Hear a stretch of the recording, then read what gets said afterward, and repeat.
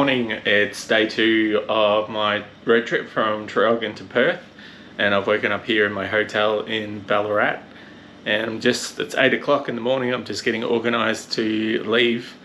I just thought I'd show you how I pack everything up, just in case, because I found these sort of videos very helpful, so you might use my video as a to do or not to do checklist. But anyway, I'll give you a look. I bought these cheap packing cubes from Kmart, and I find they're a great way of keeping everything organised inside the pannier bags. So they've been awesome. They keep everything cinched down and tidy. I have 2 toiletry bags. One's entirely for my medications, and I like these hanging ones that you can get where you could just hang them from a towel rail or something in the bathroom. I've got my Camelback. I don't carry anything in that other than water and maybe some Panadol, because I don't like carrying things on my back when I'm riding. I like the bike to do the heavy lifting. This bag looks full and absolutely chockers, but to be honest, all it's got in there is a tent, air mattress, and a sleeping bag. The sleeping bag is what's really filling it out, because I took the sleeping bag out of its roll and just stuffed it in and then let it sort of fill up the area. So this bag's actually super light. The tent's really small. The air mattress is really small. I went looking for them. I wanted to buy them locally, the tent and the air mattress, but I found they were all made in China and they were all really expensive. So I just thought, well, I'll just buy the same thing off Temu for like 1/5 of the price. And I'm really happy with what I got. And like I said, I hope I don't have to use it. But if I do, I've got them there. I've set everything up, tried it all. It looks fantastic. Hopefully it'll work. I've got my little rig gear tank bag, which just carries things like my sunnies. I always have usually a drink in there. It's got my waterproofs. I've got a helmet lock in the side. Paper map in case I need it. A photo of the fam, just to remind me not to be reckless and to be sensible. And my neck buff and sort of things that I can get out. A spare pair of gloves if I need them. My trusty helmet. What I wanted to mention about this is my wife, who's a paramedic, I don't know if you can see that, got me a motorcycle crash card. So a bunch of ambulance or paramedics who are motorcyclists created this thing called the crash card, and basically you fill it out and you pop it inside the lining, which you can't see, which has your details on it, like emergency contact, blood type and whatnot, and then you just pop this little red sticker on the right hand side, which will alert them that that's in there and speed things up in the worst case scenario, which, yeah, hopefully it won't happen, but it does. So hope for the best, prepare for the worst. Then I've got my heavy jacket, which I think I'm going to have to use tomorrow. It's an CFMOTO one. It's an Australian brand. I love this jacket, I really do. It's really heavy, so it's great during the winter time. It's super waterproof, I've found. I'll probably have to take the liner out, because it's still going to be, even though it's going to drop to about 20 degrees tomorrow, it's going to be raining quite a lot of the day, so that'll be perfect. So that combined with the waterproof pants that I've got in here will be great. So almost all of that fits in those 2 bags, which then slide straight into the panniers, which is still on the bike. And then all my electronics go inside the top box, which then I secure onto the back of the bike. Oh, and another thing I wanted to say is I haven't brought any cooking equipment, so I wanted to try out some food options that were tasty, had some nutritional value, that I could just bring with me, semi non-perishable. And I tried them for dinner last night. I don't like tuna, but I tried this chicken in a can, which is with sweet chili flavouring.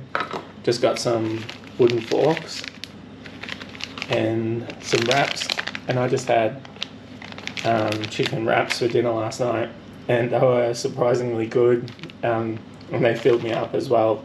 So a little tip maybe might be something that that you could use on your motorbike trip if you don't have access to cooking facilities.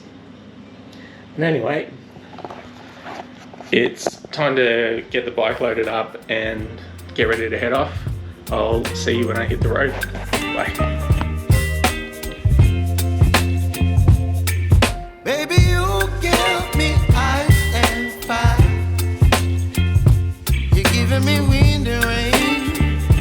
You're some kind of butterfly. Baby, you give me midnight. You whip up my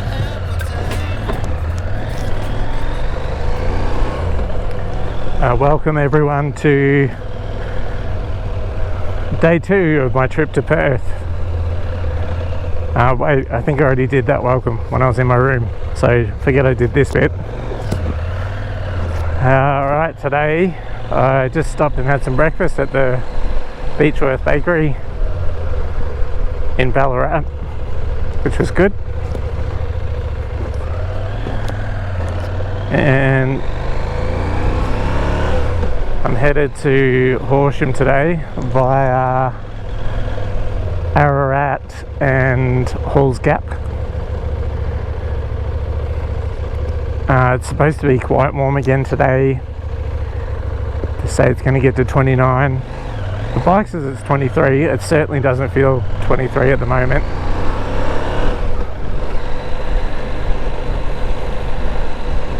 And Ballarat's got all its Easter decorations out.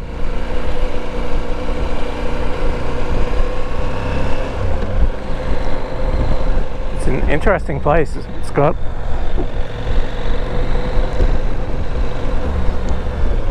lots and lots of traffic lights.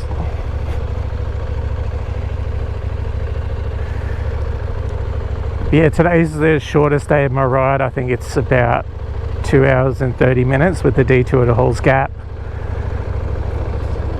And that was intentional. I thought yesterday being my first day I'd be pretty wrecked, which I wasn't. I managed to get a really good sleep last night. But today I thought I'd take it just a little bit easy. And then the rides start to get gradually bigger from there, sort of 300, 400 kilometres per day. Which in the grand scheme of things isn't that big, but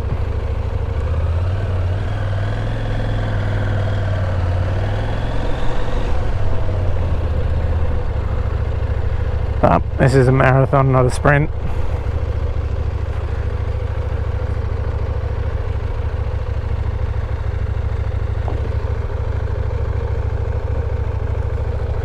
Anyway, it's a nice place, Ballarat.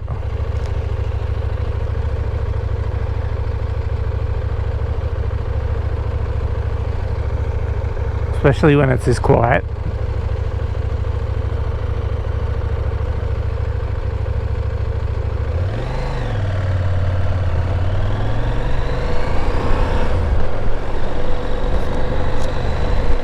Anyway, I'm going to put my head down and do some riding.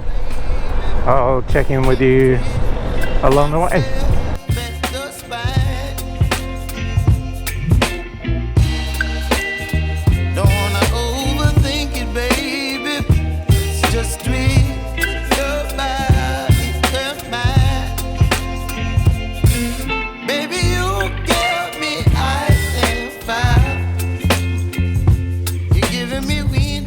But there's this phenomenon that I've come across sort of towards Ballarat and out of Ballarat is people like these two and this one behind me who just sit in the right hand lane all day, and they don't seem to understand the concept of keeping left unless overtaking, which there have been numerous signs stating that. I also had footage before. I didn't quite get the footage of a guy in a little red hatchback almost trying to get out of their lane and overtake them. He cut me off and then drove a long for about maybe 3 or 4 kilometres with his indicator still on, sort of quite erratically along the road. So you do really have to always be on the lookout. I've got all my lights on, bar the spotlights, the driving lights, which I might turn on. But yeah, there's some pretty awful drivers around. Anyway, let's make a game of it. Let's see how long it takes them. We've got an hour and 18 to Ararat. Let's see if they stay in the right hand lane the whole time. But I don't wanna jinx it, baby. Let's not get ahead of my time. Oh. Well, I've made it to Ararat, in front of this giant Catholic church. Anyway, I've just stopped to have a rest. The GoPro battery keeps going flat. My advice to anyone who wants to vlog or do anything regarding action cams is don't get a GoPro. They're pretty unreliable. It's sort of been drizzling on and off, but not enough to make me change into my other jacket. The bike says it's about 23 degrees, but it doesn't feel like 23 degrees. It probably feels sort of mid-teens.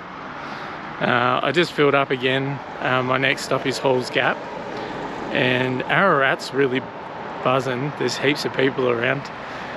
Stopped off to grab a couple of things, and yeah, now I'll head into Halls Gap and maybe take some video there. But I'm going to keep the GoPro in the top box so I can charge for a while, and it's not so waterproof when it's got the media mod on it. So I'll take it off, take it out, and get some footage when I get there.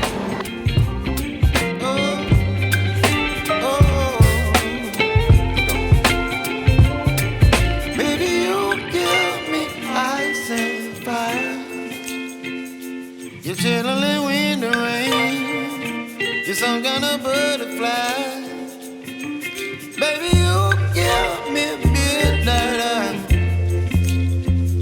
You whip up my appetite. Don't leave me here high and dry. Baby, you give me ice and fire. You're channeling wind and rain.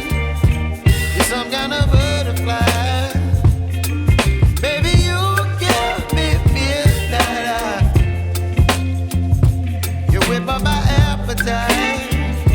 Don't leave me here high and dry.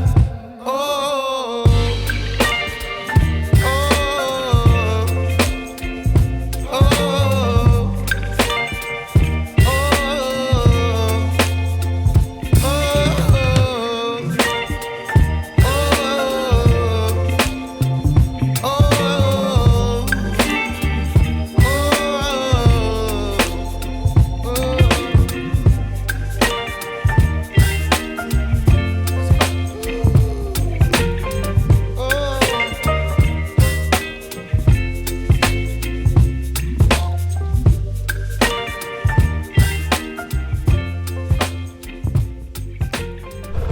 Amidst some GoPro problems, I managed to make it to Halls Gap,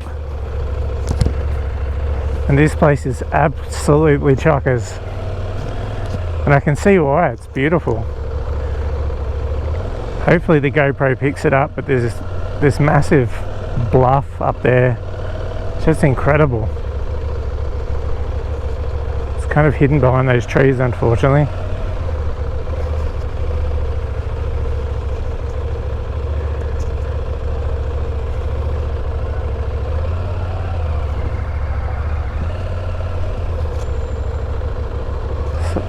Would be a really nice place to come when there was very few people around.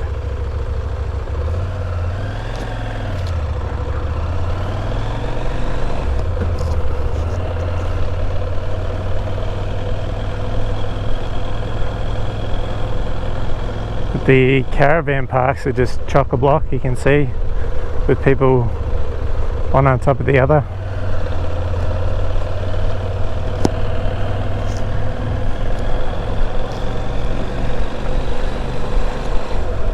I got caught in a really big downpour before.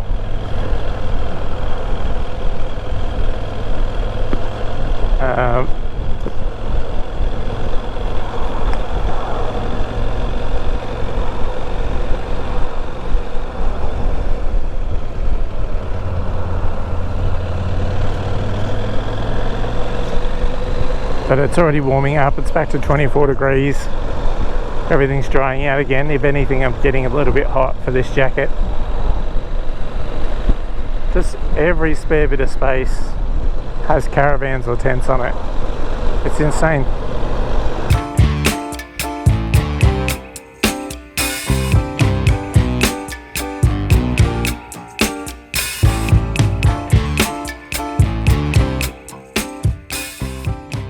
Between Halls Gap and Horsham have been absolutely amazing. They're not line marked, but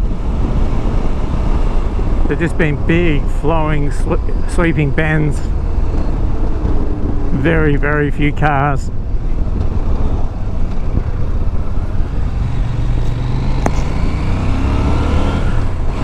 This has been one of my favourite parts of the trip. Lots of this scrubby bushland, some big open paddocks, just beautiful. The smell of the eucalyptus. It's cooled right back down again, although the bike's saying it's 21 degrees, it doesn't feel that. This is amazing.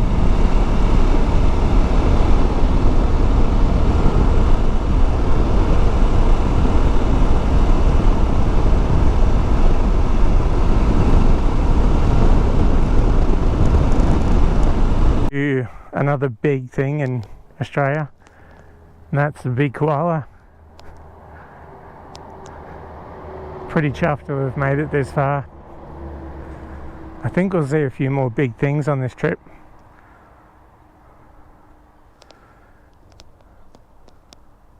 Might stop and get a hot chocolate. There it is, folks. The big koala. Kind of looks terrifying.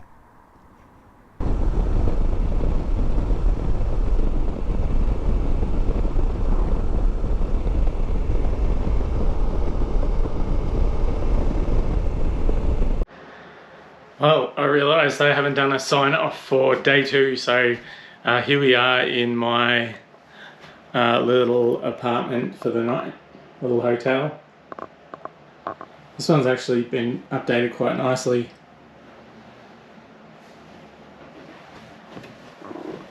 I've got my jackets drying in there. Nice little kitchenette.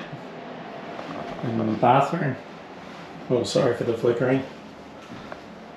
But you can tell it's old because it's still got the 3-way sliding shower door, which, love that.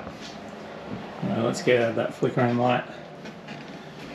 So, end of a successful day 2. That was pretty fun. Going into Halls Gap, I didn't plan on doing that, but I'm glad I did because it was really beautiful, and even though I got rained on a bit, the road was pretty spectacular.